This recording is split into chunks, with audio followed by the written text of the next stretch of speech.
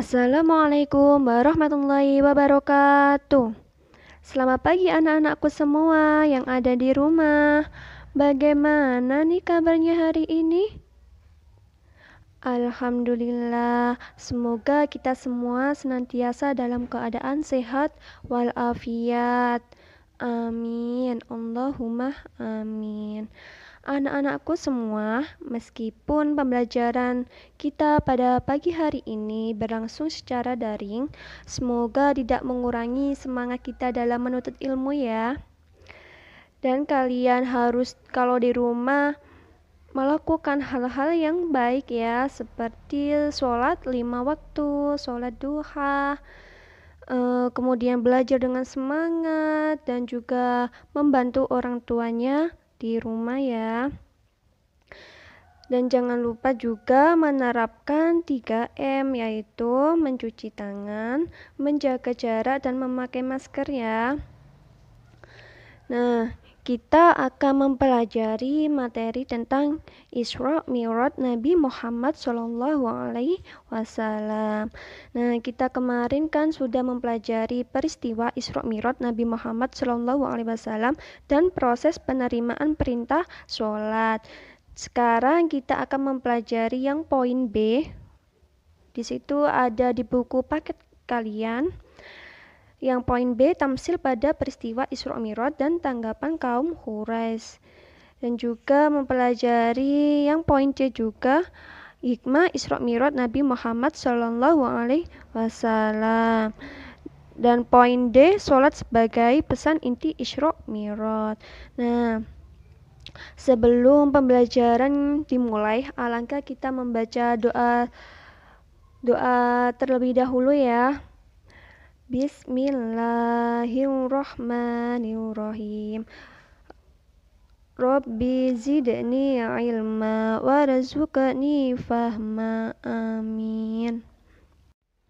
Nah, di sini Ustazah akan menceritakan tamsil pada peristiwa Isra Mi'raj dan tanggapan kaum Quraisy. Nah, anak-anak, ada yang tahu nggak tamsil itu apa? Nah, tamsil itu merupakan bukti bahwa apa yang disampaikannya kepada manusia adalah benar. Nah, Nabi Muhammad SAW diperlihatkan sekelompok manusia sedang bercocok tanam yang pada hari itu juga memetik buahnya. Setelah dipetik buahnya, muncullah lagi. Dan begitu seterusnya. Nabi Muhammad SAW kemudian bertanya kepada malaikat Jibril, "Siapakah mereka itu?" Kemudian malaikat Jibril menjawab, "Mereka itu adalah orang yang berjuang di jalan Allah. Mereka dibalas Allah Subhanahu wa Ta'ala dengan pahala yang berlipat hingga 700 kali lipat." Kemudian Nabi Muhammad SAW mencium bau yang luar biasa harumnya. Beliau kembali bertanya kepada malaikat Jibril, "Bau harum itu berasal dari mana?"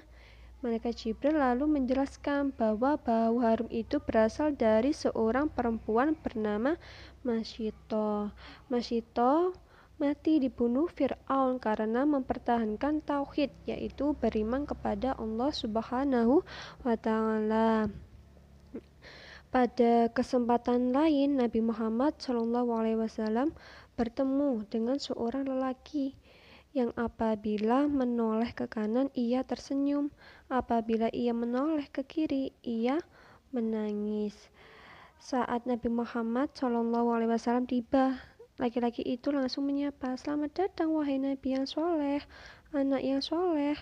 Nabi Muhammad SAW kemudian bertanya lagi kepada malaikat Jibril, "Siapakah orang itu?" Malaikat Jibril lalu menjelaskan bahwa orang itu adalah Nabi Adam alaihissalam. Nabi Adam alaihissalam tersenyum ketika menoleh ke kanan, yaitu ketika melihat keturunannya yang akan masuk surga. Namun ketika menoleh ke kiri, ia menangis sebab melihat gambaran keturunannya yang akan masuk neraka. Nah, Nabi SAW selanjutnya menemui hal yang mengherankan. Hampir setiap penghuni yang dijumpai menyambut hangat kecuali satu orang. Dia menjawab salam Nabi Muhammad SAW hanya sekadarnya. Wajahnya tampak seperti orang marah. Ketika ditanya kepada Jibril, ia menjawab bahwa orang itu adalah malaikat Malik. Nah, anak-anak masih ingat nggak malaikat Malik itu siapa? Malaikat itu adalah penjaga pintu neraka. Nah, pada keesokan harinya, Nabi Muhammad SAW menceritakan apa yang dialami selama Isra Mi'raj kepada Ummi Hani. Kemudian saudara Nabi Muhammad SAW itu meminta agar beliau tidak menceritakan kejadian itu kepada kaum Quraisy karena khawatir akan dicela akibat kebencian mereka selama ini. Nah, selanjutnya Abu Jahal meminta Nabi Muhammad SAW untuk menceritakan apa yang dialaminya itu di hadapan kaum kafir Quraisy. Namun Nabi Muhammad SAW menyanggupi permintaan itu hingga Abu Jahal mengumpulkan orang-orang Quraisy.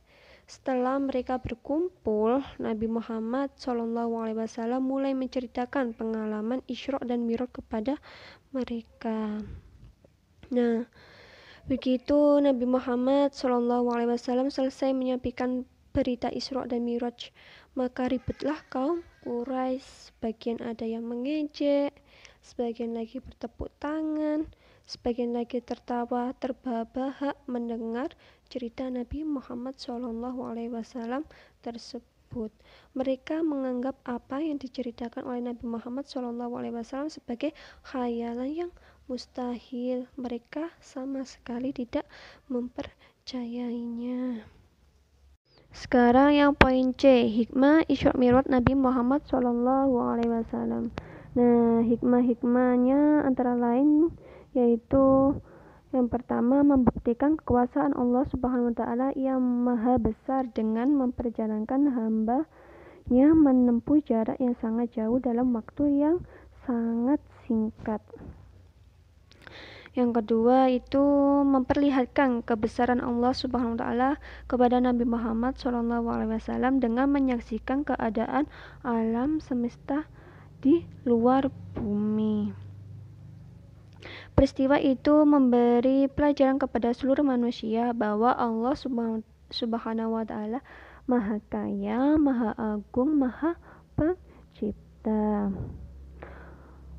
Nah, yang ketiga itu ada menghibur kesedihan yang dialami oleh Nabi Muhammad SAW setelah beliau ditimpa berbagai kesulitan, penderitaan, tekanan, dan halangan dalam berdakwah, terutama setelah ditinggal wafat oleh dua pelindung utamanya yaitu Khadijah dan Abu Thalib. Yang keempat itu menguji keimanan kaum muslimin terhadap ajaran-ajaran yang disampaikan oleh Rasulullah SAW. Peristiwa Isra dan Mi'raj menjadi ukuran keimanan umat Islam ketika itu. Apakah mereka siap menerima ajaran yang dibawa oleh Nabi Muhammad SAW atau tidak?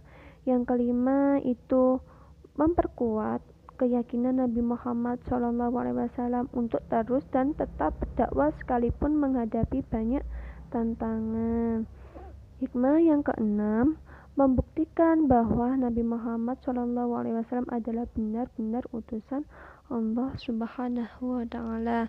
Nabi Muhammad SAW meneruskan ajaran-ajaran yang telah dibawa oleh para rasul sebelum beliau karena mereka menyambut dan mendoakan Nabi Muhammad SAW dengan baik ketika bertemu dengan Nabi Muhammad SAW saat beliau Isra Mi'raj. Hikmah yang ketujuh itu mengerjakan sholat merupakan hikmah terbesar yang harus diambil bagi umat Islam.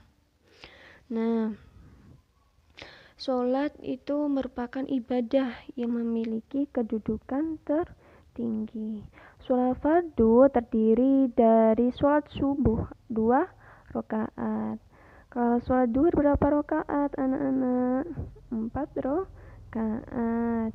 Dan sholat asar juga 4 rakaat. Kalau sholat maghrib berapa rakaat? 3 rakaat.